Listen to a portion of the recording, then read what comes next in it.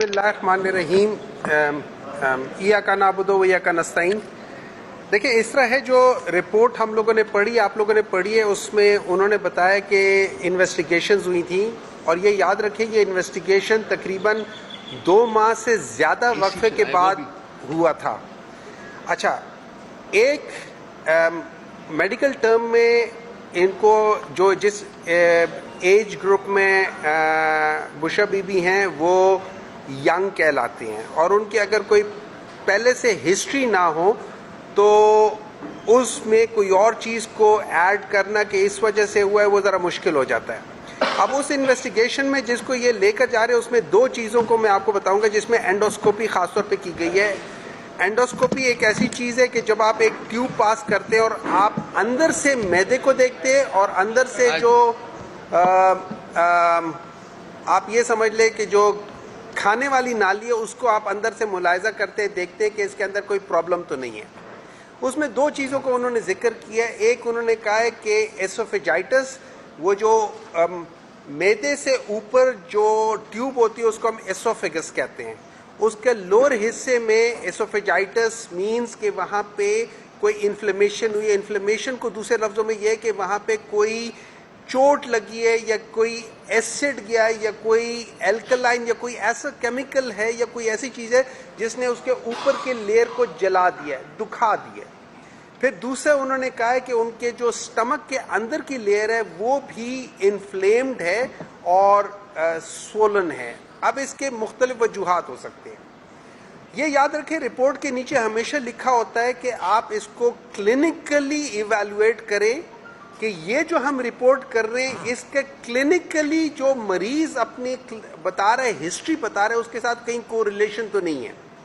अब जब हम हिस्ट्री को देखते हैं तो मरीज कहता है मुझे एक खाने के अंदर कोई ऐसी चीज गई है कि उस खाने के बाद फौरन मेरी तबीयत खराब हो गई और उन्होंने कहा कि उसमें एक दो जो नॉर्मल हाउस होल्ड चीज़ होती है, हार्पिक इस किस्म की चीज़ है, उस तरह की कोई चीज़ किसी ने उनको कहा है कि ये दी गई है। अच्छा, वो अगर हम जनरली देखा जाए तो जो चीज़ें आपको हम एज अ पॉइजन कर सकते हैं उसमें एसिडिक हो सकता है, एल्कलाइन हो सकता है, हैवी मेटल्स हो सकते हैं, ठीक है। अब उसमें ये कॉमन चीज़ें जो दी जा सकती हैं। अब हुआ ये था कि जब इन्होंने दिया और इनका ख्याल था कि खुदा न खास्ता उनकी ज़िंदगी को प्रॉब्लम आ जाएगी, लेकिन अल्लाह ताला की ज़ात है, बचाने वाली भी है, लेने वाली भी है, अल्लाह ताला ने उनको बचाया। तो जब उन्होंने कंप्लेन की तो इन लोगों को डर लग गया, ये पकड़े गए सारे। तो जब पकड़े गए इन्होंने 2 माह से ज़्यादा अरसे तक कोई टेस्ट होने नहीं दिया और उसकी वजह यह थी कि अगर उस वक्त टेस्ट हो जाते तो जो आज एंडोस्कोपी में नजर आ रहा है वो इससे शायद 10 गुना 20 गुना ज्यादा नजर आता। तो अगर आप मुझसे पूछते हैं हिस्ट्री को सामने रखते हुए इन टेस्ट की जो चीजें नजर आ रही है मैं समझूंगा कि कुछ हुआ था, ठीक है। ये याद रखें कि ये टेस्ट ये जो चीजें ये आपको बता सकती हैं कि और भी वजूहात है, लेकिन ये पॉइजनिंग को एक्सक्लूड नहीं कर सकती। ये पॉइजनिंग इसकी वजह से या पॉइजनिंग की वजह से ये चीज़ें हो रही हैं, ये डेफिनेटली हो सकती हैं। तो अगर मैं हिस्ट्री लूँ मरीज की और मैं इन टेस्ट को देखूं 2-2.5 महीने बाद हैं तो मैं ज़रूर इस चीज़ की तरफ जाऊंगा कि शायद पॉइजनिंग या पॉइजनिंग के बहुत हाई चांसेस हो सकते हैं। तो इस लिहाज से हाँ, उस वक्त अगर इन्वेस्टिगेशन हो जाती है उस वक्त ब्लड टेस्ट हो जाते हैं और इसकी वजह से लिवर नेक्रोसिस भी हो जाता है, इसकी वजह से और सारी चीजें होती है। आपको बहुत सारे टेस्ट पहले 24 आवर्स में करवाने पड़ते हैं। तो अगर एज अ डॉक्टर जब मैं इन चीजों को देखूं और इन चीजों को इवेल्युएट करूं तो मैं पॉइजनिंग को एक्सक्लूड नहीं कर सकता। खाली रिपोर्ट 2.5 महीने बाद मीन्स नथिंग। अगर आप इसको अपनी हिस्ट्री के साथ करके देखें और उस वक्त कोई फिजिकल एग्जामिनेशन सारी चीजें होती तो फिर उसके लिहाज से हम कर सकते थे। तो मेरे लिहाज से ये एक बहुत संजीदा मसला है और ये एक ऐसी चीज है जिसके ऊपर हम पाकिस्तान तहरीक इंसाफ वालों को बहुत सख्त तशवीश है। और खास तौर पर यह याद रखें कि इमरान खान ने जो कहा है, जो बातें की हैं, मैं पहले भी कह चुका हूं, उसके अंदर एक वो जो होती है ना पठान की फितरत जो होती है ना, वो कहते हैं मुझे जो मर्जी करते हो कर लो, मैं बर्दाश्त करता रहूंगा, लेकिन जिस दिन मेरे घर में घुसे उस दिन मैं आप लोगों को नहीं छोड़ूंगा।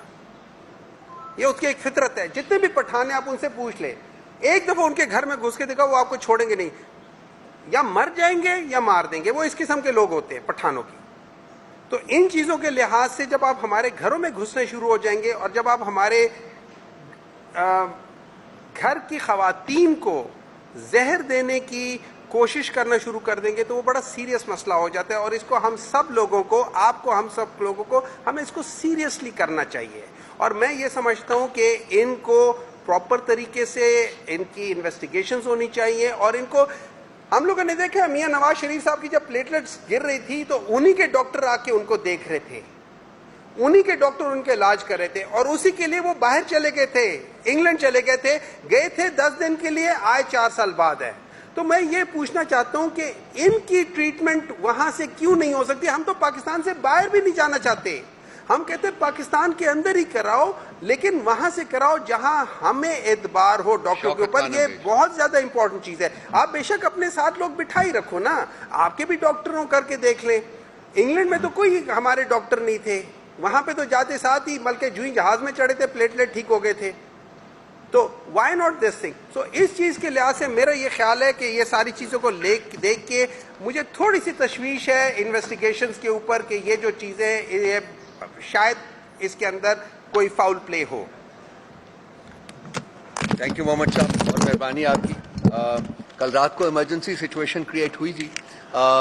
हमें हमारे लोगों के ज़रिए कुछ पता चला था कि एक एम्बुलेंस आई है और वो काफ़ी देर तक बनीगला के अंदर रही है और उसके बाद वो तेज़ी से बाहर निकल गई।